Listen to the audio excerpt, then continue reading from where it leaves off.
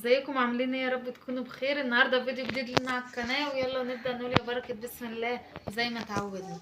قبل ما نبدا الفيديو انزلي اشتركي لو لسه ما اشتركتيش، ودوسي لايك، اهم حاجه اللايك يا بنات. النهارده بقى المشتريات بتاعتنا وباسعار جميله جدا. اول حاجه معانا الشرشوبه دي. انا كان نفسي قوي اجيب شرشوبه. الشرشوبه بتاعتي ما عادش حلوه كده، فكان نفسي اجيب واحده. الشرشوبه دي عامله كام؟ عامله 5 جنيه. 5 جنيه بس. جبتها من سوق المساكن ب5 جنيه. اهي زي ما انتم شايفين كده. وبتركبي هنا العصايه بتاعتها وبتمسحي فيها. انا عندي الجردة بركب العصايه فيها وهمسح بيها في الجردة. تاني حاجة معايا طبق الرز ده. طبق الرز ده بالصفاية ب10 جنيه.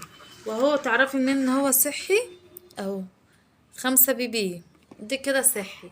كان في هناك ازرق واخضر والاورنج ده، بس انا عجبني الاورنج ده، ما عنديش. برضو جبت الشفشق دوت زي ما انتم شايفين. برضو تدوري برضو صحي ولا لا. اهو هوريكم. اهو برضو مش عارفة باينة ولا لا في الكاميرا، بس هي برضو ايه 5 بيبي كده يبقى صحي. اهو بالغطا بتاعه. وفي ناحية تانية لو عايزة ايه تنزلي منها المية كده بسرعة شوية، بتروحي ايه عاملة كده. اهو ينزل معاك المية بسرعة، وترجعي تاني تغطي عليه وتقفليه. اهو اهو. كل سنة وانتم طيبين. رمضان على الابواب خلاص، مبقاش كام شهر، فدوت هينفعنا في العصير في رمضان ان شاء الله. ينفعنا برضو نحط فيه مية جنب الاكل. فينفع الصراحة في كذا حاجة. فعجبني رحت جايباه. برضو جبت بتاعة الفشار دي ب10. جميلة قوي برضو. كان نفسي فيها من زمان. ب10 جنيه تعملي الفشار وتحطيه فيها كده في سهرة الخميس، هيبقى جميل قوي. هبقى اعملها معاكم. كان نفسي قوي في دي برضو.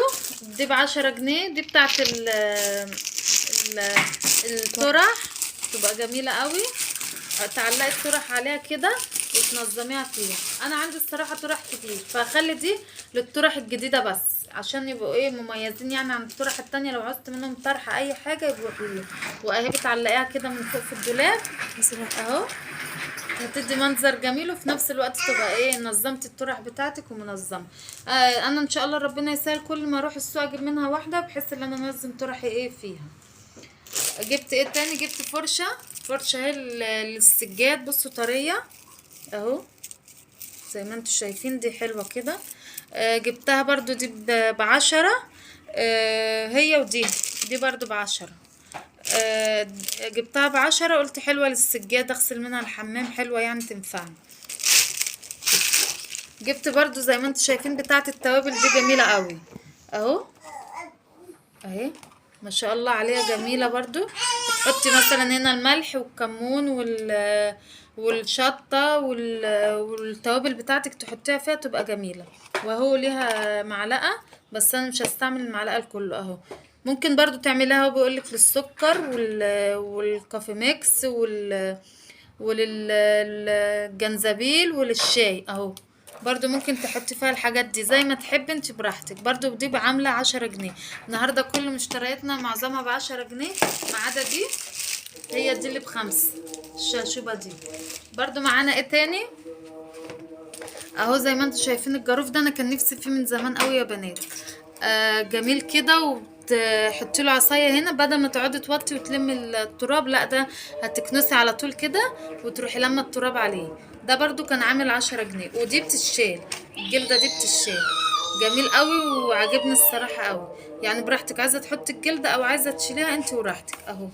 بصوا ما شاء الله جميل برضو وعجبني. الصينية دي برضو ب10 جنيه.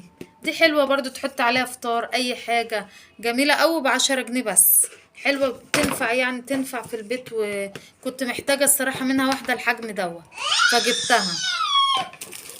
وجبت كفر الغسالة دوت، ده عامل 95 جنيه اهو زي ما انتم شايفين.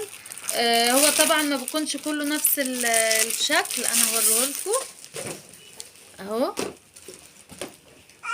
بصوا عايز ايه اصبر. اهو زي ما انتم شايفين. بصوا دول الجنبين دول بيكونوا في الجناب، والفوق بتكون دي. وفي وفي الناحية التانية اللي هي في وش الغسالة، الحتة اللي باينة دي بتكون دي اهو زي ما انتم شايفين. ده ب95 جنيه. انا جايباه من البنزينه في شارع ابو الفتوح عبد الله. هو الصراحه عنده احسن اسعار، يعني اسعار زي الجمله كده من عند البنزينه اللي في ابو الفتوح عبد الله. في هناك محل ادوات منزليه وبيبيع برضو حاجات هناك، انما الحاجات ال10 دي كلها انا جايباها من السوق. الصراحه كان نفسي فيها وكنت محتاجاها قوي في البيت.